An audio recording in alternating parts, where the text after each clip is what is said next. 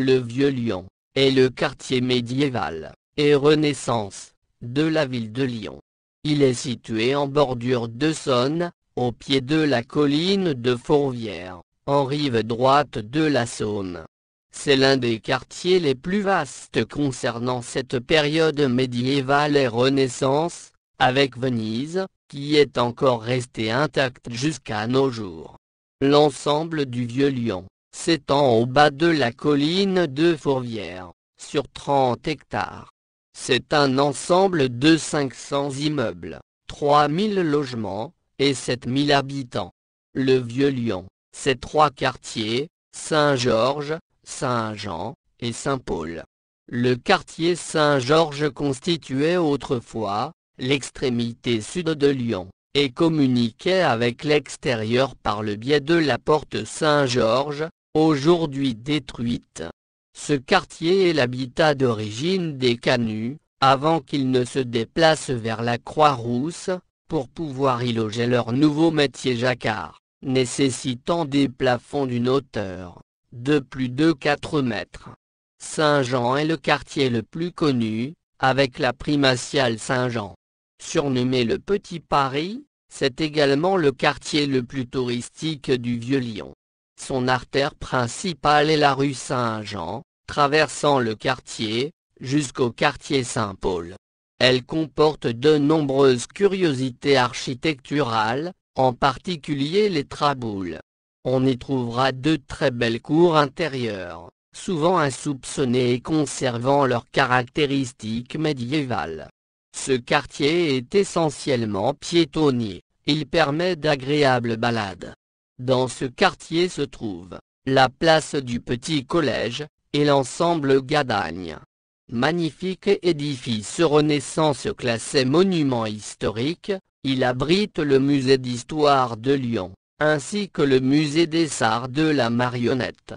Saint-Paul est le quartier entourant la gare Saint-Paul, et l'église éponyme. Il s'agit du quartier lycéen du Vieux-Lyon, avec 2 établissements principaux, religieux et privés, les Maristes et les Lazaristes. Le pont de la Feuillée le fait communiquer avec le quai Saint-Vincent et les terreaux.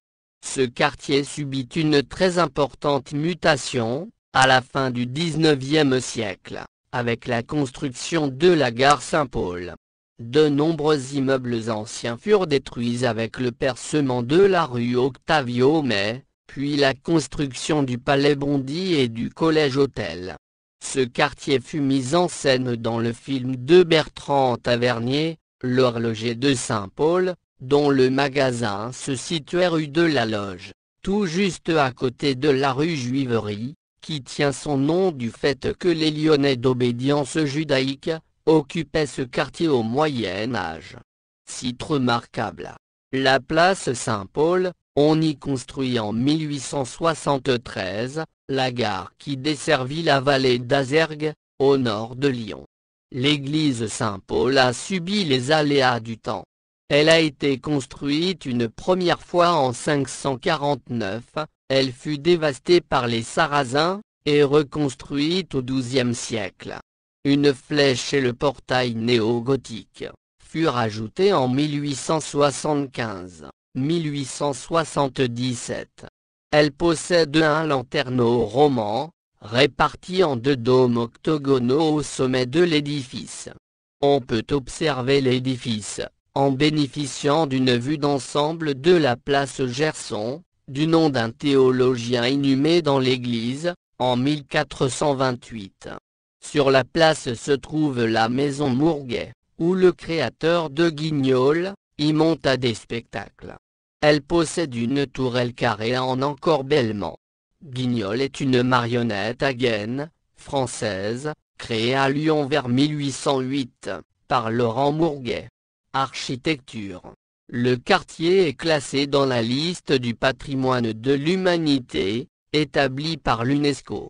L'architecture du Vieux-Lyon dépend, à partir de la Renaissance, de Florentin formant la cour qui accompagna Catherine de Médicis, lors de son mariage avec le second fils du roi de France, François Ier. De ce mariage royal entre l'Italie et la France, le Vieux Lyon hérite d'une architecture au balconnage des cours intérieures, que l'on retrouve dans des palais de Florence.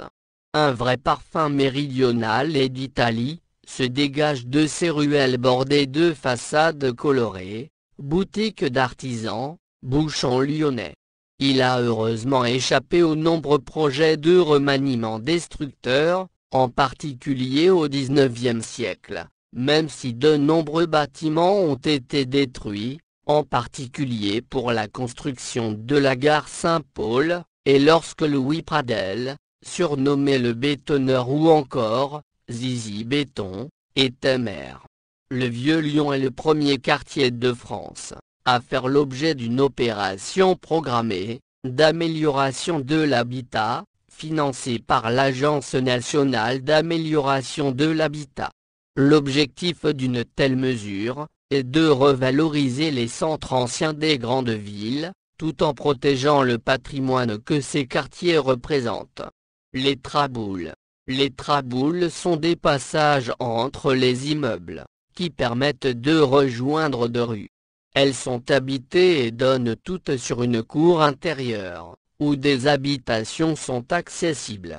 Le mot traboule serait issu d'un verbe trabulare, contraction en latin vulgaire d'un hypothétique transambulare, composé de trans à travers, et ambulare se promener, et qui signifie passer à travers. Les premières traboules ont été construites au IVe siècle, et servaient alors à rejoindre rapidement la Saône. Elles servaient aussi aux canuts, pour acheminer facilement les marchandises dans les rues aux alentours des ateliers de tissage, quel que soit le temps. De nos jours, certaines traboules se visitent. Une quarantaine d'entre elles sont gratuitement ouvertes au public, dans le cadre d'accords passés entre la commune et les particuliers. La ville de Lyon participe aux charges d'entretien, de nettoyage, d'éclairage, et à hauteur de 70% aux travaux de restauration, par les propriétaires, en échange d'une servitude de passage, car ces demeures sont pour la plupart privées. L'association La Renaissance du Vieux Lyon. La Renaissance du Vieux Lyon est une association loi de 1901, qui a été créée en 1946. Dans les années 1960, elle s'est formellement opposée au projet du maire Louis Pradel, qui projetait de raser une partie du Vieux Lyon, alors jugée insalubre, pour y construire une voie express. Mais la forte mobilisation de l'association d'une part, et la décision de la création du premier secteur sauvegardé français, par André Malraux, 1962, à Lyon, ont eu raison des plans de Louis Pradel. Par la suite, l'association s'est attachée à faire revivre le quartier, à le restaurer avec l'aide des habitants, et à le faire découvrir aux touristes. Le secteur sauvegardé est créé en 1964.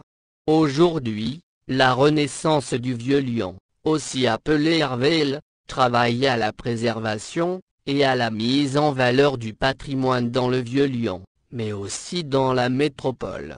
Elle veille également au bon déroulement de la vie du quartier, et joue le rôle de bureau d'information auprès des touristes, des habitants, des étudiants et des chercheurs. L'association a inspiré d'autres collectifs de même type, comme Renaissance du Vieux Limoges, à Limoges, créé en 1973. L'association La Renaissance du Vieux Lyon est à l'origine de la présentation de la candidature de Lyon à la liste du patrimoine mondial établie par l'UNESCO. Le quartier est classé patrimoine de l'humanité depuis 1998. Le classement inclut le Vieux Lyon et Fourvière, les pentes de la Croix-Rousse, et la presqu'île, du boulevard de la Croix-Rousse, au nord jusqu'à Ainet, rue Franklin, au sud. Ce site est desservi par la station de métro, Vieux Lyon, Cathédrale Saint-Jean. S'y trouve aussi le funiculaire, pour se rendre à la basilique Notre-Dame de Fourvière, et au théâtre antique de Lyon, sur la colline. Mes sources proviennent de Wikipedia.com.